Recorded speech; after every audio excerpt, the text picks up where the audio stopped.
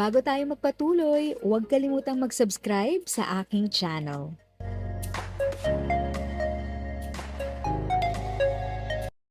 Thank you sa pag-click ng aking video. Good day po sa lahat ng mga nanonood. Sa mga bagong viewers at napadaan lang, by the way, I'm Tita Eda. Welcome to my channel. Ang channel na maghahatid sa iyo ng dagdag kaalaman tungkol sa government services, bagong mga balita at informative videos na galing sa legit na resources. Mag-subscribe na para updated ka. Magpapalabas ng naipong pensyon para sa AKOP non-compliance sa December 16. Inihayag ng Social Security System, SSS, na ang mga naantalang pensyon ng mga pensioner na pansamantalang na-hold dahil sa hindi agad pagsunod sa Annual Confirmation of Pensioners, ASYOP, ay nakatakdang i-release sa December 16, 2025. Ang petsang ito ay partikular para lamang sa mga pensioner na na-hold ang kanilang buwan ng pensyon dahil hindi nakapagsumayti ng AKOP sa itinakdang panahon. Sa halip na mawala ang benepisyo, muling ipoproseso at ibibigay ng SSS ang lahat ng naipong buwan ng pensyon hanggang sa petsang maklear ang kanilang status. Ano ang ibig sabihin nito para sa mga apektadong pensioner?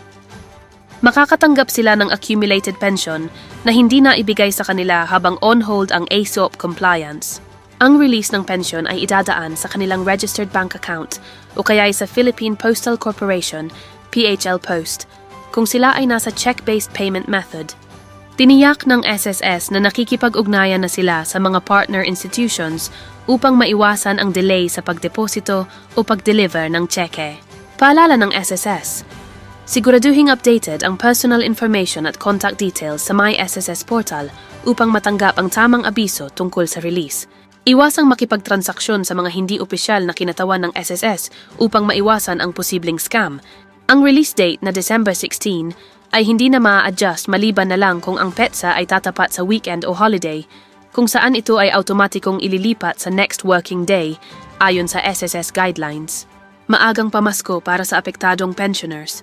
Itinuturing ng SSS na mahalagang bahagi ng kanilang mandato ang masigurong walang pensioner ang mapag-iiwanan. Sa pag-release ng ipinong pensyon sa December 16, inaasahang mas maraming pamilya ang magkakaroon ng dagdag na suporta para sa mga gastusin ngayong Kapaskuhan. Isang malaking ginhawa ito para sa libu-libong pensioners na pansamantalang nahinto ang natatanggap na benepisyo, ngunit ngayon ay makakabawi na bago sumapit ang Pasko. If sa tingin mo, natulungan ka ng video ko na ito, nakasave ka sa oras mo, you can click yung thanks button at any amount ay malaking help sa pag-grow ng channel ko. Yun lang po muna ang aking update. Sana ay nakatulong na dagdag kaalaman ang aking shinare today.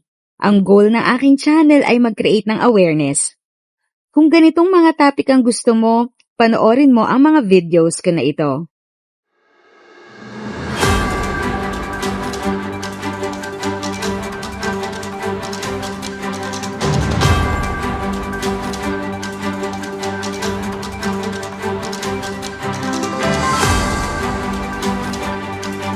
Thanks for watching! Kung may kapamilya, kaibigan o kakilala sa tingin mo ay magiging interesado sa video, please share or tag sila sa comment section. At syempre, if nagustuhan mo ang video, i-like mo na ito at subscribe ka na din. As always, feel free to write your questions, comments, and opinions respectfully. And continue to be a blessing and stay safe!